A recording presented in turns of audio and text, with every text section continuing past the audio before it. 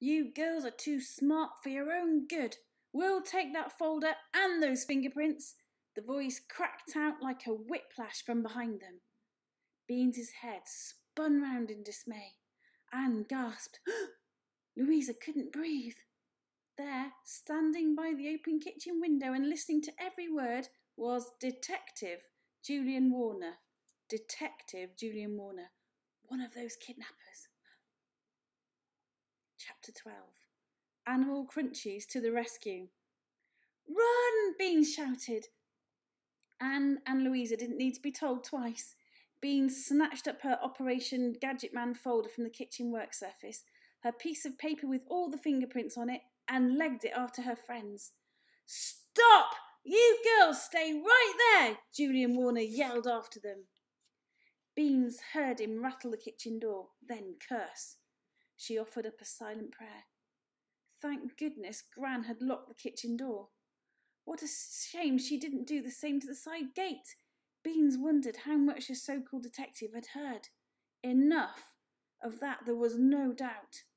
Beans rammed her new evidence into the Operation Gadgetman folder. Quick! The front door! Louisa shouted. Anne got to the door first. She tried to turn the latch. It slipped through her sweaty fingers before it opened. And there stood Lucas Moynihan. Anne, Louisa urged desperately. Anne tried to push the door shut. Lucas stuck his foot in it and pushed. Help me, quick! Anne squealed.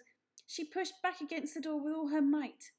Lucas's hand appeared round the door as he sought a grip. Beans launched herself against the door to help Anne. Lucas cursed fluently as he tried to push back. Louisa, quick, do something! Beans hissed frantically. Louisa slammed her fist against Lucas's fingers while stomping down on his foot. His hand and foot withdrew immediately, to be replaced by a whole string of words that Beans's Gran wouldn't have approved of. The girls slammed the door. Crash! Crunch! The sound of glass being shattered came from upstairs. Upstairs now! Louisa pulled at Beans. Beans pulled Anne after her. Detective Warner's coming through the kitchen window. Anne's voice shook. That's why we're running, Anne, Louisa puffed. Come on! On the landing they stopped, looking around desperately for somewhere to hide. Separate, Beans whispered urgently. The three girls spread out like ripples in a pond. Beans dived into her bedroom, slamming the door behind her.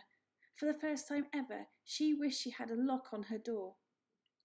Clutching the Operation Gadgetman folder to her chest, Beans turned her head quickly from left to right. Where could she put the folder so the kidnappers wouldn't find it? She ran over to the window. Should she throw it out? That was no good. They'd find it on the lawn. Think. Sellotape. Where was her sellotape? In her pocket. Thank God. Beans ran over to her bed. She dropped the folder on the duvet and pulled the sellotape out of her pocket. The kidnappers were in the hall. They were at the bottom of the stairs. Just wait till we catch you lot! Lucas yelled out. I'll tell you what, boys and girls, I'd be terrified. I don't know about you. I'm quite frightened reading this. I'll carry on. Beans tore off a piece of paper and another, flinging each piece on the bed. One piece got slightly tangled, but she didn't have time to straighten it out. With one hand, Beans held the folder in place whilst the other hand was used to tape it. Still holding onto the folder, she used the second and the third strips of sellotape to secure it. The pounding footsteps were getting closer. The folder hung precariously. It looked too heavy for the sellotape. Beans tore off another strip.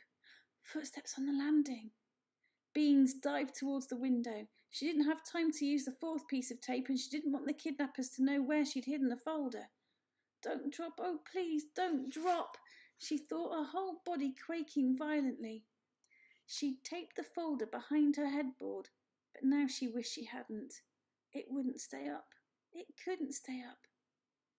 Beans fiddled with the window catch. It wouldn't open. Her fingers were all thumbs, and it wouldn't open. Oh, please, Beans begged it. The bedroom door burst open. Beans opened her mouth as wide as she could. Help! She screamed at the top of her voice. Scream one more time and you'll never see your father again. Lucas Moynihan stood in the doorway, his expression thunderous. Bean's scream died in her throat. Where's my dad? She whispered. That's better. That's much better. Julian, I've got his daughter, Lucas called out to his friend, and I'll take that little folder of yours that's got our fingerprints in it. What do you hope to gain? You can't kidnap all of us, Bean said furiously. We don't intend to, Lucas said silkily. You're the only one we need. Sorry, that wasn't silky, was it? Hang on. We don't intend to, Lucas said silkily. You're the only one we need. We'll lock up the others. When your dad realises we've got you, he'll see sense and tell us what we want to know. Every drop of blood in Beans's body turned icy. Fear gnawed at her stomach. Think, Beans, think, she told herself. She had to stay calm. She had to find a way of outwitting these crooks. Think.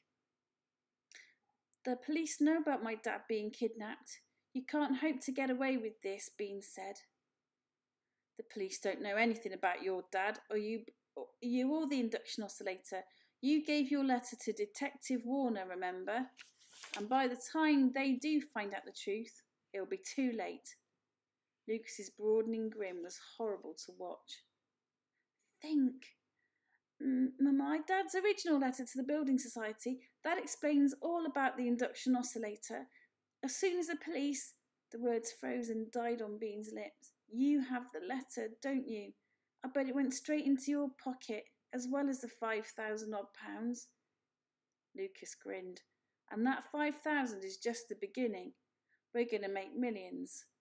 Like Julian said, you're smart. You take after your dad. His grin faded abruptly. But there's such a thing as being too smart. So the Building Society don't know about any of this, Beans whispered. Lucas Moynihan snorted. If your dad had got as far as typing in his card number, then it would have been different. But as it is, he laughed. You should see them. The manageress and the security staff running around like headless chickens trying to work out how that money disappeared. As far as they're concerned, the motor just started up a certain time and all the money came out and dropped onto the pavement. Beans remembered now. She hadn't even got as far as putting Dad's card in the slot. She was checking the card to make sure Dad really had brought out the right one and not the one which had expired. With your dad's invention, we intend to bring bewilderment to a lot more banks and building societies up and down the country.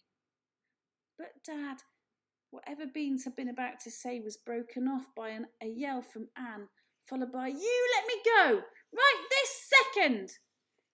Anne! Beans took a step forward. Lucas took a step towards her, blocking her way. Listen, Beans said quickly, you don't want me or my dad. You just want to know how the induction oscillator works.